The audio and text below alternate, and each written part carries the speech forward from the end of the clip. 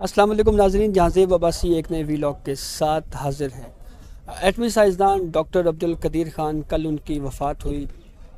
लेकिन एक case doctor Abdul Qadeer Khan का सुप्रीम कोर्ट ऑफ पाकिस्तान में पेंडिंग है और इंसाफ की तलाश में वो केस काफ़ी अरसे तक ज़ेर समात रहा।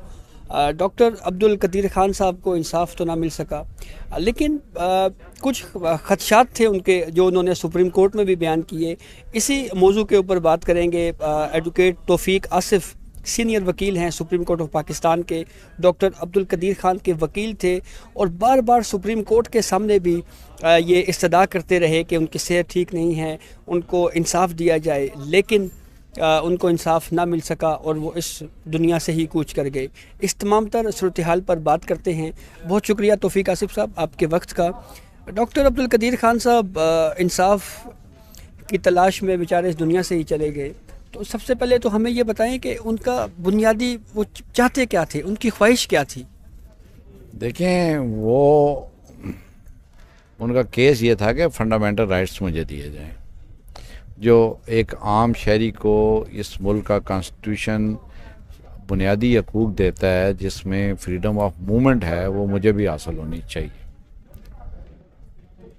अच्छा तौफीक साहब, ये बताएं कि आपकी डॉक्टर साहब से खुद मुलाकात हुई, वो क्या उनका क्या चाहते क्या थे, क्या क्या बात करते? मेरी आखिरी मुलाकात उनके साथ 29 सितंबर को शाम 6 बजे से 8 बजे तक हुई है। ये मुलाकात इस पस मंज़र में हुई कि सुप्रीम कोर्ट की डायरेक्शन पर अटॉर्नी जनरल और जो एजेंसीज उनकी सिक्योरिटी के इदारे हैं, उनके नुमाइंदे और उनका वकील जो हैं, उन्होंने मुलाकात करने के लिए डॉक्टर साहब से वक्त मांगा, लेकिन डॉक्टर साहब ने कहा कि मैं आपसे मुलाकात अपने वकील की मौजूदगी के बगैर नहीं करूँगा। फिर उस वजह से मुझे बुलाया गया और 29 सितंबर को आज हमें 12 दिन हो गए हैं शायद, तो ये मेरी मुलाकात रही। लेकिन बहुत ही उस मुलाकात के नक्श जो हैं हमारे हैं, उसमें उन्होंने बड़ी तफसील से बातें की। मुलाकातें तो मेरी बहुत सारी होती रहती थी, टेलीफोन पे भी 3 दिन पहले तक भी उनके साथ मेरी फ़ोन पे बात हुई। और उसमें उन्होंने, क्योंकि अटॉर्नी जनरल थे और साथ जो एजेंसीज़ के लोग थे, उनको बहुत सारी उन्होंने बातें की। वो अभी मैं किसी के साथ शेयर नहीं करना चाहता हूँ, वो अल्लाह को प्यारे हो गए हैं। वो मामला जो है वो सुप्रीम कोर्ट के अंदर पटिशन जो है वो भी शायद अब इन्फेक्शस हो गया है, लेकिन वो अपनी ये आरज़ू लेकर गए हैं कि काश मुझे जो है ये सुप्रीम कोर्ट और इस मुल्क की अदालतें जो हैं इंसाफ दिलाएँ और मैं अपनी मर्ज़ी से जहाँ चाहूँ आ सकूँ, जा सकूँ, इस मुल्क के अंदर खिदमत कर सकूँ। उनकी बड़ी ख्वाहिशात थी, बड़े मंसूबे थे और उस मंसूबों के लिए उनकी पूरी तैयारी थी, जिसमें रिटायरमेंट के बाद उनके मंसूबों में बड़ा मंसूबा जो था वो एजुकेशन था। वो इस मुल्क में एजुकेशन पे बहुत सारा काम करना चाहते थे और उसके लिए उनकी पूरी प्लानिंग थी।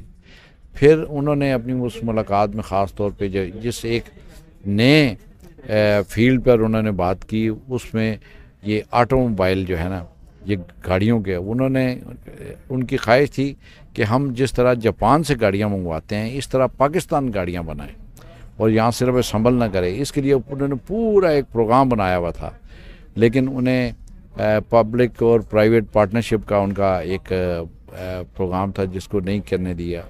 फिर एनर्जी सेक्टर में उनका ये बहुत बड़ी ख्वाहिश और ऑफ़र थी उनकी तमाम हुकूमती इदारों का कि मैं पाकिस्तान के अंदर जो एक पावर सेक्टर में लोड शेडिंग का इशू है, एनर्जी के इसका सप्लाई का इशू है, इस पे वो इस मुल्क की खिदमत करना चाहते थे और वो कमिटेड थे इस मुल्क के लिए, इस मुल्क के मसाइल को हल करने के लिए और इस मुल्क को बहुत आगे देखने के लिए अपना वो रोल, कि जो रोल शायद बाकी अक़वाम ने, बाकी ममालिक ने हासिल की थी, वो पाकिस्तान को उससे भी शायद आगे ले जाने के मंसूबे भी रखते थे, उसके लिए काम भी करना चाहते थे और अपने अंदर एबिलिटी भी थी उनकी कि ये शायद काम करें। उस मुलाकात में उन्होंने बहुत ज़्यादा उस पस मंज़र का भी जिक्र किया कि जिस पस मंज़र में वो इंतहाई दुख और तकलीफ़ के साथ ये महसूस कर रहे थे कि पाकिस्तान के लिए बहुत ख़तरात बढ़ गए हैं, अब पाकिस्तान को बचाना बहुत ज़रूरी हो गया है, और पाकिस्तान की हिफाजत के लिए कोई और तरीके आप मिसाइल या अरबों रुपये भी खर्च कर लें। उनका ये कहना था कि मैंने पूछा इसका ये क्या कर लेंगे किसी ऐसे हमले की शक्ल में, तो उन्होंने कहा कि मनसूबा साज़ों ने और उन पे अरबों रुपये खर्च करने वाले लोगों ने भी उनको मुतमईन नहीं किया, तो वो ये नहीं कह सके कि हम इसके ज़रिए पाकिस्तान का डिफेंस हमने मुकम्मल कर लिया है। तो फिर मैंने कहा कि ये काम मैं करता हूँ, और वो काम जब करने लगे, जिस तरह से करने लगे, उसके मुख्तलिफ मराहिल थे और किस किस मुश्किलात के साथ गुज़रे, जिसमें उन्होंने कहा 22-22 घंटे हमने काम किया। और उस ज़माने में उन्होंने कहा जी हमें अपने आप को रिस्क पर भी लगा के हमने बग़ैर मास्क के भी काम करते थे। और वहाँ एक टीम हमने बनाई। टीम बनाना एक बहुत बड़ा था, टीम काम करने वाले लोगों की एक ट्रेनिंग जो है बहुत बड़ा काम था। फिर उस काम को खुफिया रखना, उस काम को की रिक्वायरमेंट पूरी करना, उसके लिए पूरी दुनिया से उसकी रिक्वायरमेंट के लिए जो चीज़ें चाहिए थी वो हासिल करते रहे। और वो उसके लिए बहुत कुछ बड़ा लंबा प्रोसेस था, जिसको कभी मौका मिला तो मैं अपना शेयर भी करूँगा। और बड़ी ख़ास तौर पे जो आपने पूछा, मेरे ख़्याल में अब मुझे इस पे इस कदर अपना मेरा दिल ज़ख्मी है कि मैं इसको ज़्यादा इसलिए नहीं बात करना चाहता कि बेटर सेंस प्रिवेल हुई है और आखिर में उनको एक कौमी हीरो के तौर पे अपना अलविदा किया गया है। तो मैं समझता हूँ कि उनकी ज़िंदगी में तो नहीं, उसकी ज़िंदगी के बाद गवर्नमेंट की सतह पे, स्टेट की सतह पे उनको इज़्ज़त दी गई है।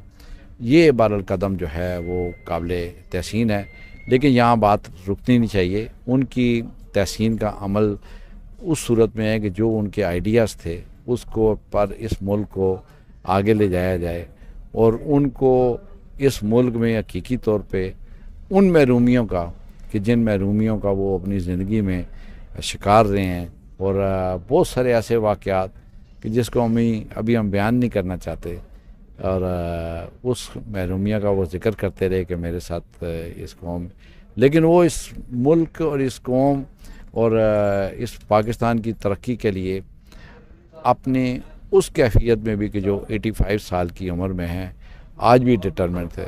यही वजह थी कि आप देखते हैं कि डॉक्टर साहब की 85 साल की उम्र थी, और उस मुलाकात में भी हमने उनके अंदर एक जवान अज़्म जो है पाकिस्तानी देखा कि जो पूरी तरह से तैयार थे कि मैं इस मुल्क के लिए कुछ करूं। और आप देखते हैं कि एजुकेशन के मामले पे उन्होंने बहुत से इदारे बनाए हुए, हेल्थ के बारे में उन्होंने अपना आपके उनके नाम से इदारे जो हैं, हॉस्पिटल हैं, वो जो रन करते थे और उसके बारे में चलाते थे।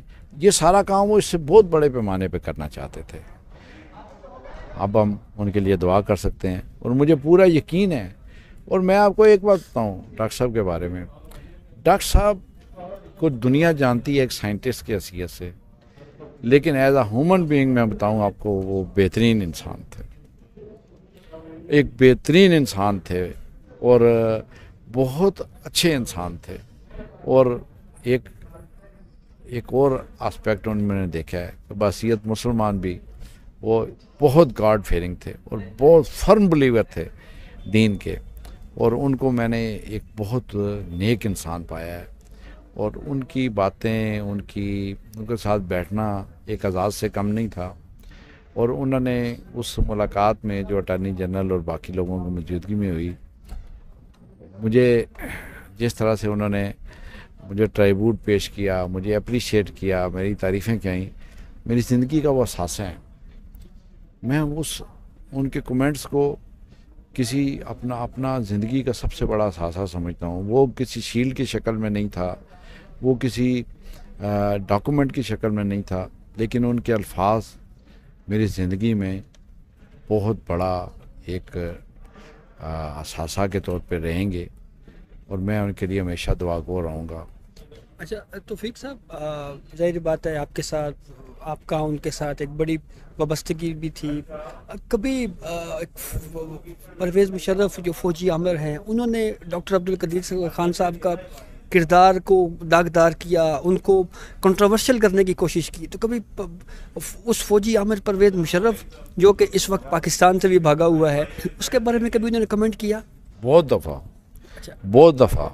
और उन्होंने उनके बारे में कभी अच्छी राय नहीं रखी, इसलिए कि उसने स्टेट की बुनियाद पर डॉक्टर साहब को मजबूर किया कि आप ये काम करें, और इंतहाई मजबूर कर दिया जो डॉक्टर साहब नहीं करना चाह रहे थे।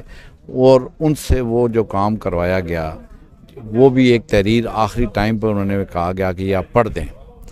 उस पर उन्हें बहुत इस बात का इजहार वो बार बार करते थे कि ये मैंने अपने मुल्क के लिए किया है, अपने मुल्क की रियासत, जिसका इजहार बहुत मुश्किलात का वो करते थे। और चौधरी शुजात साहब जो हैं वो ख़ास तौर पे उनसे मिलने गए और उनसे उन्होंने रिक्वेस्ट की और उन्होंने सारी वो ये कहा। लेकिन ये सारा कुछ उन्होंने स्टेट के लिए किया, इस मुल्क के लिए किया। लेकिन हुआ ये कि उसके बाद वो सख्तियाँ जो है ना उन पर ज़्यादा आ गई, बजाय इसके कि उनकी कदर ज़्यादा होती, उसके उनके लिए मुश्किलात ज़्यादा होगी और उनके किरदार जो है उसको मस करने की कोशिश की। अल्लाह सबसे बड़ा है, इस्तों का रखवाला है कि किस अंदाज से ये सारे मुल्क में और पूरी दुनिया में जिस तरह से अपना ये डॉक्टर साहब की इज़्ज़त हुई है, जिस तरह डॉक्टर साहब के साथ लोगों ने कंसर्न शो किया है, मोहब्बत का इज़हार किया है, ये बहुत कम ही होता है कभी। ये शायद कायद आज़म के बाद दूसरा सच्चा और सबसे बड़ा पाकिस्तानी था। और मैं समझता हूँ कि डॉक्टर साहब के लिए अप्रिसिएशन, उनकी बेटी के साथ कल मेरी जो गुफ्तगू हुई तो उनकी बेटी ने पाकिस्तानी कौम के जज्बात को महसूस किया और बहुत अप्रिशिएट किया। उसके शिकवे शिकायत अगर ज़िंदगी में डॉक्टर साहब की कोई था तो वो किसी और से मुतल्लिक था, आवाम से मुतल्लिक नहीं था। आवाम से मुतल्लिक उसका बिल्कुल एक अदरवाइज था कि इस कौम ने क्या सारा साहब। देखिए, मैं इस पर कमेंट नहीं करता हूँ, लेकिन मैं आपको ये बताऊँ कि डॉक्टर साहब जो है ना वो इस आलम इस्लाम के एक हीरो थे। वो ऐसे पाकिस्तानी थे कि जो पूरे दुनिया के मुसलमानों के बारे में सोच और फिक्र रखते थे। उनकी जो सोच है वो कोई महदूद सोच नहीं थी, और वो इस मुल्क में रहने वाले जो मुसलमान हैं, पाकिस्तानी हैं, वो उनके लिए तो बहुत कुछ उन्होंने किया भी। लेकिन मैं बताऊं, वो इस उम्मत मुसलमान के भी हीरो हैं। मैं इस पर ज़्यादा बात नहीं कर सकता, लेकिन आपको ये यकीन दिलाता हूँ कि उनके लिए आलम इस्लाम रोया है। और जिस तरह से उन्हें पूरी दुनिया से हर तरह की ऑफर्स मौजूद थी, पूरी दुनिया से, उनके लिए कोई चीज़ इस मुल्क से ज़्यादा कुछ अजीज़ नहीं था। उनके लिए कोई अजीज़ था तो वो ये मुल्क था, ये प्यारा पाकिस्तान था। और सब कुछ के बावजूद उनकी पाकिस्तान के साथ मोहब्बत और कमिटमेंट में कभी कमी नहीं आई। अच्छा तौफीक साहब, आखिर में ये बता दें, एक तरफ सिक्योरिटी इदारों का ये मौक़िफ़ था कि उनको अगर हम आज़ादाना तौर के ऊपर नकलो हरकत की इजाज़त देते हैं तो उनकी जान को ख़तरा लाक हो सकता है। दूसरी तरफ डॉक्टर अब्दुल कदीर खान साहब का ये मौक़िफ़ था कि मुझे एक आम शहरी की तरह घूमने फिरने की आज़ादी होनी चाहिए। तो इस सूरत हाल में आप क्या समझते हैं कि कोई बेहतर मेकनिज़म बनाया जा सकता था? देखें, ये माजी का हिस्सा है। ये सारी बातें उनकी ज़िंदगी के साथ थी। उनकी ज़िंदगी के बाद अगर हम इस वक्त इस मौजू पे बात करेंगे या वो चीज़ें कि जो इससे पहले बयान होती रही हैं, तो दुनिया पाकिस्तान के मुताल्लिक़ कुछ